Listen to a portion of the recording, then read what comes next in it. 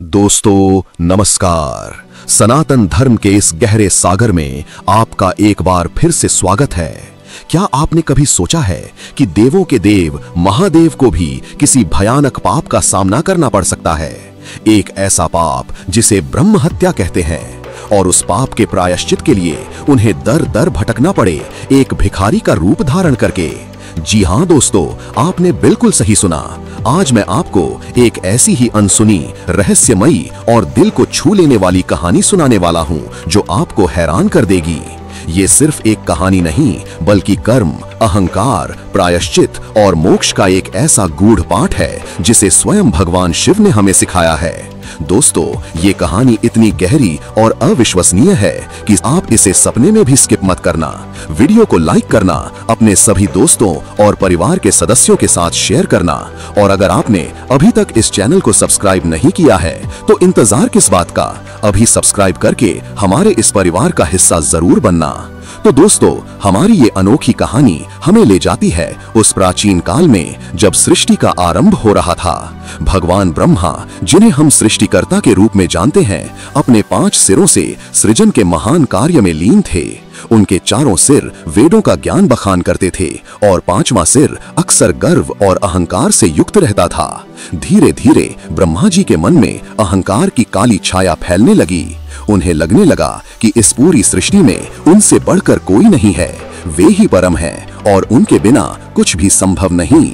उनका ये अहंकार इतना बढ़ गया कि वे देवों के देव महादेव शिव की श्रेष्ठता को भी चुनौती देने लगे। ये वो समय था जब शिव अपने विराट और शांत स्वरूप में तपस्या में लीन थे, लेकिन ब्रह्मा जी का अहंकार इतना चरम पर पहुंच गया था कि वे शिव का खुलेआम उपहास करने लगे। वे कहने लगे कि शिव तो शमशान में रहने वाले भूत प्रेतों के संगी हैं, उनका कोई विशेष महत्व नहीं। वेदों के विपरीत बातें उनके 5वें मुख से निकलने लगीं और उनके वचन इतने कटु और अहंकारी थे कि देवलोक में सभी चिंतित हो उठे। स्वयं भगवान विष्णु ने ब्रह्मा जी को कई बार समझाने का प्रयास किया, उन्हें मर्यादा का पाठ पढ़ाया, लेकिन अहंकार में डूबे ब्रह्मा जी ने किसी की एक न सुनी। वे अपनी श्रेष्ठता सिद्ध करने पर अड़े रहे। जब ब्रह्मा जी का अहंकार सारी सीमाओं को लांघ गया और उनके 5वें मुख से निकली अपमानजनक वाणी ने ब्रह्मांड में अशांति फैला दी, तब अचानक एक भयंकर गर्जना हुई। वो गर्जना इतनी तीव्र थी कि तीनों लोक कांप उठे, और उसी क्षण एक अत्यंत तेजस्वी, रौद्र और भयावह रूप प्रकट हुआ, भगवान शिव का भैरव स्वरूप।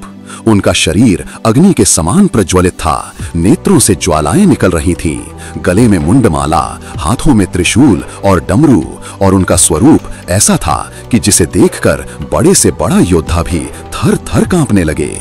इस विकराल भैरव रूप को देखकर भी ब्रह्मा का अहंकार शांत न हुआ। उन्होंने भैरव को एक भूत प्रेत और मसान का निवासी कहकर फिर से उपहास किया। ये देखकर भैरव का क्रोध 7वें आसमान पर पहुंच गया। दोस्तों, महादेव का क्रोध ऐसा होता है कि पल भर में ही सब कुछ भस्म कर सकता है, और उसी पल क्रोध से संतप्त भगवान भैरव ने बिना देर किए अपने दाहिने हाथ के नाखून से ब्रह्मा जी के उस अहंकारी और पापपूर्ण 5वें सिर को धड़ से अलग कर दिया। ब्रह्मांड ने एक पल के लिए अपनी सांसें थाम लीं। ये वो क्षण था जब महादेव ने अपने रौद्र रूप में सृष्टि के संतुलन को बनाए रखने के लिए एक भयानक कर्म किया। दोस्तों, जैसे ही ब्रह्मा का 5वां सिर धड़ से अलग हुआ, एक और अत्यंत भयानक घटना घटित हुई। उस कटे हुए सिर से एक काला, विकराल और भयानक स्वरूप उत्पन्न हुआ, जिसे ब्रह्म हत्या कहा गया। ये ब्रह्म हत्या इतनी शक्तिशाली और भयानक थी कि उसके स्पर्श मात्र से ही कोई भी व्यक्ति पापों से ग्रसित हो सकता था या तुरंत मूर्छित हो सकता था।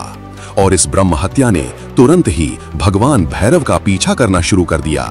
सिर्फ यही नहीं, ब्रह्मा का वो कटा हुआ सिर, जिसे कपाल कहते हैं, चमत्कारी रूप से भगवान भैरव के हाथ से चिपक गया।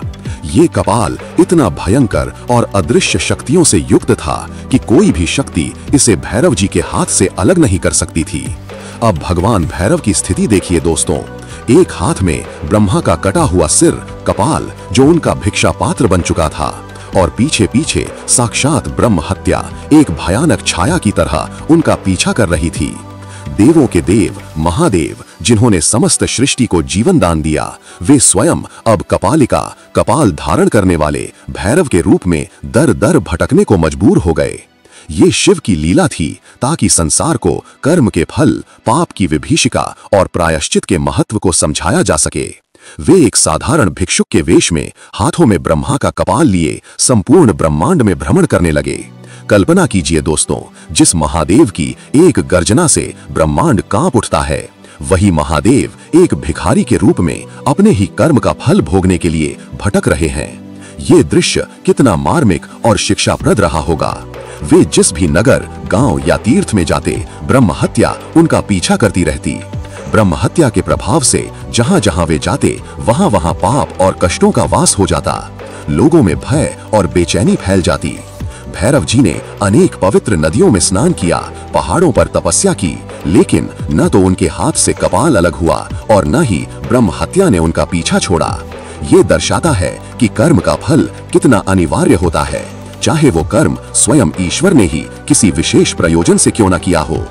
ये गाथा हमें लिंग पुराण में मिलती है और ये कर्म के गूढ़ सिद्धांत को स्पष्ट रूप से दर्शाती है। दोस्तों, जब भगवान भैरव ने संपूर्ण ब्रह्मांड में घूमकर भी ब्रह्म हत्या से मुक्ति नहीं पाई, तो वे अत्यंत विचलित हो उठे।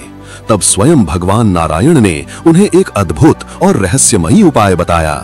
उन्होंने भैरव जी से कहा, हे महादेव, आपको वाराणसी नगरी जाना चाहिए। वाराणसी वह अविमुक्त क्षेत्र है जिसे स्वयं आपने कभी नहीं छोड़ा, जहां आप सदैव निवास करते हैं। यह स्थान तीनों लोकों में श्रेष्ठ है और ये मोक्षदायिनी नगरी है। ये एकमात्र ऐसी जगह है जहां कर्मों के बंधनों का क्षय होता है और जहां काल भी आपकी इच्छा के अधीन कार्य करता है। भगवान नारायण के निर्देशानुसार भैरव जी वाराणसी की ओर चल पड़े। उनके मन में आशा की एक नई किरण जगी थी। वे तेजी से काशी की ओर अग्रसर हुए और दोस्तों, जैसे ही उन्होंने वाराणसी की सीमा में प्रवेश किया, एक ऐसा अद्भुत चमत्कार हुआ कि ब्रह्मांड में देवगण भी इसे देखकर चकित रह गए।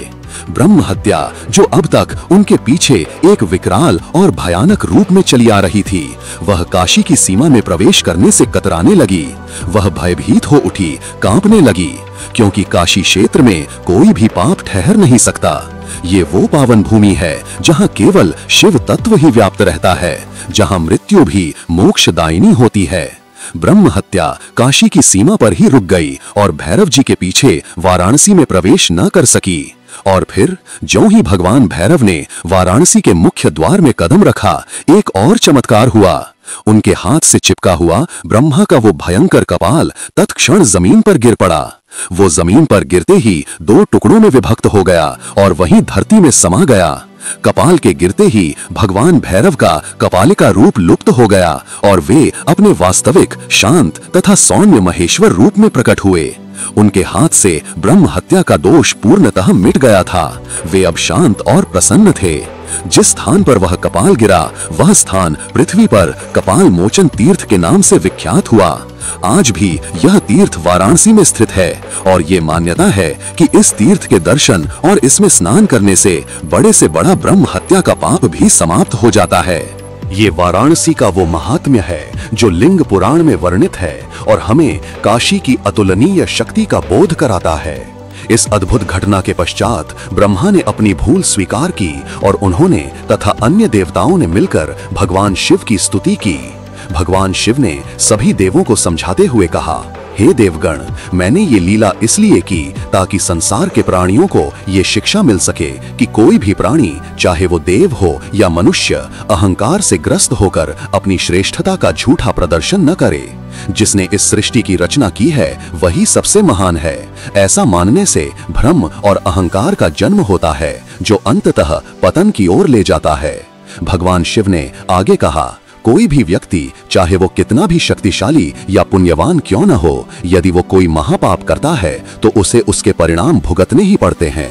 कर्म का फल अनिवार्य है, परंतु मेरी कृपा और मेरे द्वारा स्थापित इस मोक्ष धाम वाराणसी में सच्चे हृदय से किया गया प्रायश्चित सभी पापों का शमन कर सकता है। कपाल मोचन तीर्थ ये दर्शाता है कि ब्रह्म हत्या जैसे जघन्य पाप से भी मुक्ति संभव है, यदि व्यक्ति श्रद्धा और निष्ठा के साथ पश्चाताप करे। उन्होंने ये भी बताया कि ब्रह्म हत्या स्वयं शिव की एक शक्ति है जिसे उन्होंने ब्रह्मांड में पाप पुण्य के संतुलन को बनाए रखने के लिए उत्पन्न किया है। जब कोई अहंकारी व्यक्ति अपनी सीमाओं को लांघता है तो ये शक्ति उसे दंडित करती है, परंतु जब वही शक्ति शिव के सानिध्य में, विशेषकर काशी जैसे मेरे प्रिय क्षेत्र में आती है तो उसका प्रभाव स्वतः ही क्षीण हो जाता है, क्योंकि काशी में केवल मेरा ही साम्राज्य है और वहां काल भी मेरी इच्छा के अधीन कार्य करता है। तो दोस्तों, देखा आपने, देवों के देव महादेव ने स्वयं एक महापाप का भार उठाकर उसका प्रायश्चित करके और अंततः काशी में उसका मोचन करके हमें कितनी बड़ी शिक्षा दी है। ये लिंग पुराण की गाथा हमें सिखाती है कि चाहे आप कितने भी बड़े क्यों न हो, अहंकार आपको ले डूबता है और कर्मों का फल हर किसी को भोगना पड़ता है, स्वयं भगवान को भी। लेकिन साथ ही ये हमें आशा भी देती है कि सच्चे प्रायश्चित, श्रद्धा और निष्ठा से बड़े पापों से भी मुक्ति मिल सकती है, खासकर जब आप महादेव की शरण में आ जाते हैं।